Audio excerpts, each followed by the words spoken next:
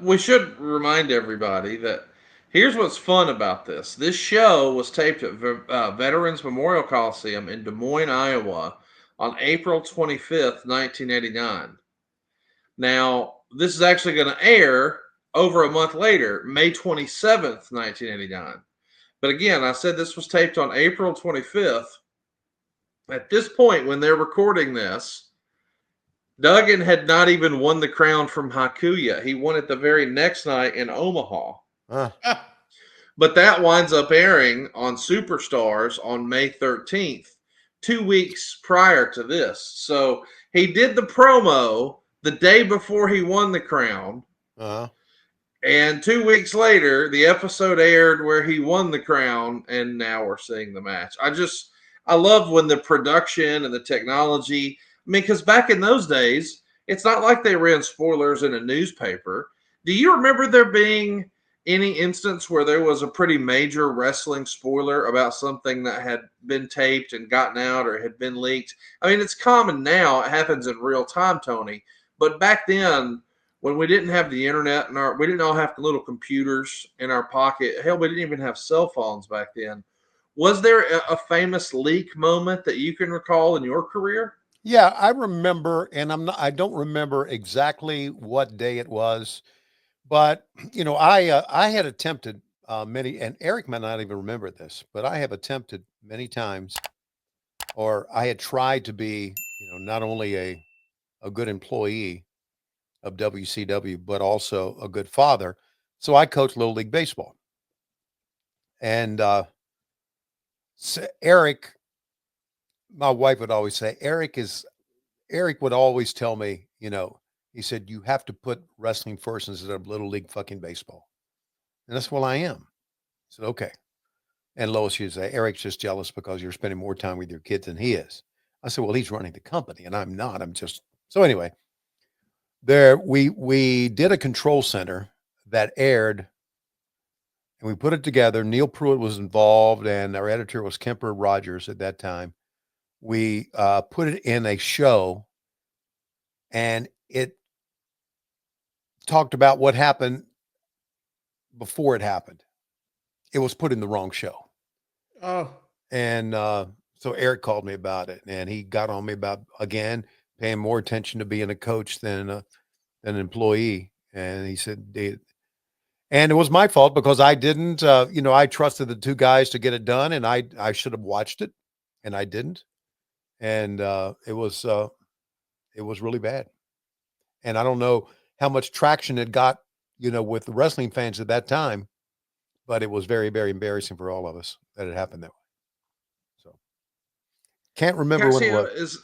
is there a radio equivalent to something like that, or is it simply, someone not hitting the buttons, and so then maybe a private conversation is broadcast through the airwaves because someone didn't press a button? Is that the uh, nearest radio equivalency of that? there's definitely leaving the microphone on. I think the closest you can get to that, which we have done before in my 20 years of radio, is usually after 10 a.m. You cut a promo that is going to run later in the day, and that is going to air. Sometimes you get ahead of yourself. You need to get out of there early. You try to record it during the show, and sometimes if the correct button does not get pushed, that is live on air and not secretly being recorded. The only other thing is we've did some, recorded some bits for the next day early if we knew we were going to be traveling or something. And again, not really airing and it's spoiling anything, but just while you're trying to record and act like you're talking about it's Wednesday, you're really airing it underneath the music on a Tuesday. It's very scary, by the way, as Tony would know, as we all know. Broadcasting is, oh my God, I didn't know I had a hot mic, and you try to figure out what you've said for the past 10 minutes. Yeah, that and also anytime you record something ahead of time, there's always dangers. There Yes. always is.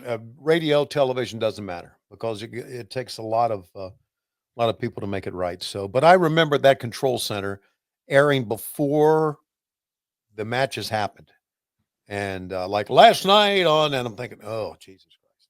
So there it was. And then Eric threatened to fire me, and but he didn't. And There you go. Hey, I want to ask you about Rick Rude. You know, when we're taking a look at this match now, it's Hacksaw Jim Duggan, an iconic WWF character, against Ravishing Rick Rude, clearly another iconic WWF character.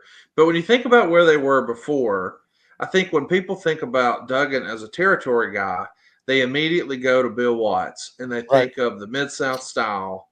Mhm. When you think of Rick Rude on the Independents, do you think of him with World Class, with Jim Crockett Promotions? Is there a territory prior to the WWF that you would consider synonymous with Rude more than another? Not necessarily where did he spend the most time, but just when you think about him, you think of so-and-so territory. World Class. Yeah. Because that's, if I'm right, that's where he came from when he came to Jim Crockett Promotions. Correct. I believe that's correct. Yeah. So, and of course, that's the end of the territory days. You know, I just, you see Heenan coming out and they're going to a break, and the referee, Danny Davis, one of them, and Joey Morella, another one, moving Haku back. Take a look at this crowd. This is a phenomenal, it's a phenomenal crowd.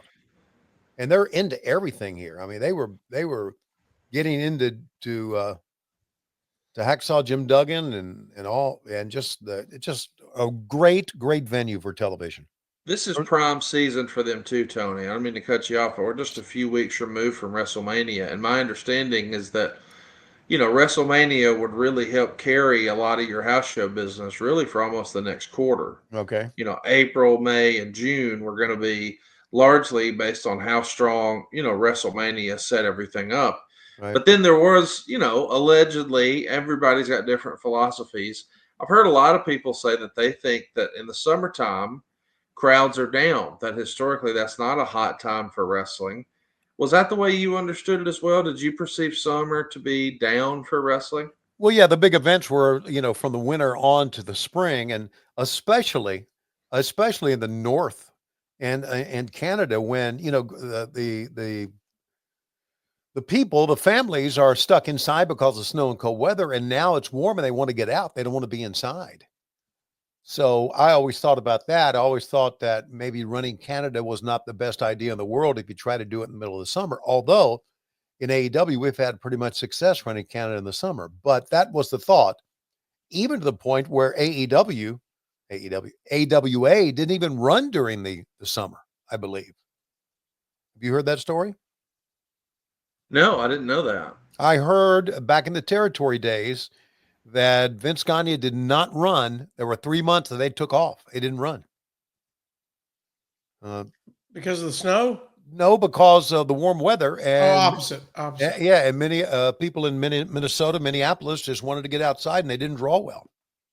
I mean, listen, that makes sense to me. I mean, I've heard people. I mean, obviously, you're going to enjoy more daylight, so you can stay outside longer. Right. You can stay on the beach or at the lake or in a pool or on a boat longer. Right. And I think there's probably just more fun ways to spend your money. You know, let's go outside and do something as opposed to go sit inside and watch wrestling. SaveWithConrad.com. Yeah, I'm Justin Ruffins from Knoxville, Tennessee. What got me to Save with Conrad was the 83 Weeks podcast. I really wasn't thinking about getting rid of any debt. I just wanted to cash out some equity in the house to do remodeling. But I did both, so that was pretty awesome. Worked out great.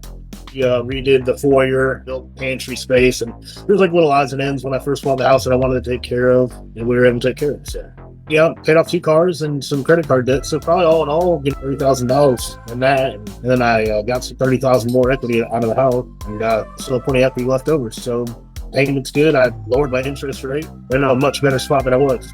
Super easy. Everybody was great. Very, very awesome people. Francis and Steve were great to work with. They're awesome. Made it for a very easy, seamless experience. I'd probably say all in all, probably $1,000 a month at least. I lowered my interest rate, especially the way the interest rates are right now, which is, that's amazing. I'm Justin Bruckman from Knoxville, Tennessee. I saved over $1,000 with SaveWithConrad.com, and I did a lot of renovations with that money as well. That's number 212, non-equal housing lender. SaveWithConrad.com.